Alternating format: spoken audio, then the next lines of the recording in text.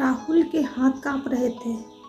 उसके सामने माँ का वह आखिरी पत्र पड़ा था, जिसे पढ़ने की हिम्मत वह 5 सालों से नहीं कर पाया था। आज जब डाकिये ने कहा, बेटा तुम्हारी माँ का कमरा खाली करना पड़ेगा, तो राहुल की आंखों के सामने अचानक माँ का चेहरा घूम गया।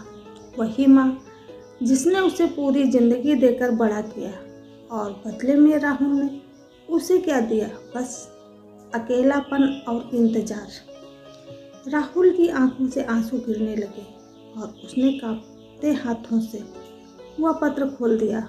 राहुल जब छोटा था तब उसके पिता की मृत्यु हो गई थी। घर में सिर्फ राहुल और उसकी माँ सुशीला ही रह गए थे। सुशीला देवी ने उस दिन एक फैसला लिया, अब मैं ही माँ बनूंगी और बाप भी।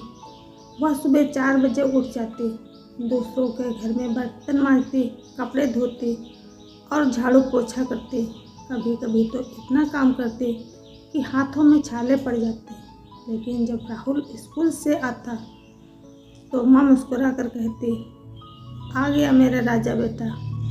राहुल कभी नहीं समझ पाया कि माँ की मुस्कान के पीछे कितना दर्द छुपा था। राहुल पढ़ाई में तेज था। एक दिन स्कूल के मास्टर जी घर आए और बोले, सुशीला तुम्हारा बेटा बहुत होशियार है। अगर इसे शहर के अच्छे कॉलेज में पढ़ा दिया तो यह बहुत बड़ा आदमी बन सकता है। यह सुनकर सुशीला की आंखों में खुशी के आंसू आ गए, लेकिन समस्या थी पैसों की। उस रात सुशीला ने अपनी शादी के कंगन निकाल लिए, वही कंगन जो उसके पति की आखिरी निशानी थी। सुबह वह ज्वेलर्स के पास गई और कंगन बेच दिए। उसी पैसे से राहुल का कॉलेज में एडमिशन करा दिया। शहर जाकर राहुल की दुनिया बदल गई। नए दोस्त, नई जिंदगी, नई सोच। धीरे धीरे राहुल को अपनी माँ का गांव वाला साधारण जीवन छोटा लगने लगा। एक दिन उसकी माँ ने फ़ोन किया, बेटा तू कब घर आएगा? राहुल ने जल्दी से कहा, माँ अभी बहुत काम है, बाद में बात करता हूँ, और फ़ोन काट दिया। यह बाद में फिर कभी नहीं आया। माँ हर त्योहार पर राहुल का इंतज़ार करती थी। दिवाली, होली, जन्मदिन, हर बार वह दरवाजे की तरफ देखती रहती, लेकिन राहुल नहीं आता। पड़ोस वाली चाची पूछती, सुशीला बेटा कब आएगा? वह मुस्कुराकर कहती, बस काम में व्यस्त है, लेकिन अंदर ही अंदर उसका दिल टूट जाता। कुछ साल बाद राहुल को शहर में अच्छी नौकरी मिल गई और वहीं उसने अपनी पसंद की लड़की नेहा से शादी कर ली। शादी की खबर भी उसने माँ को सिर्फ फ़ोन पर दी। माँ ने कहा, बेटा शादी में मुझे भी बुला ले। राहुल बोला, माँ यहाँ सब बहुत जल्दी में हुआ है, फिर कभी मिलवा दूँगा। उस दिन फ़ोन रखने के बाद सुशीला देवी बहुत देर तक रोती रही। समय बीतता गया। एक दिन सुशीला देवी बहुत बीमार पड़ गई। डॉक्टर ने कहा अब ज़्यादा समय नहीं है। तब उन्होंने राहुल के नाम एक पत्र लिखा।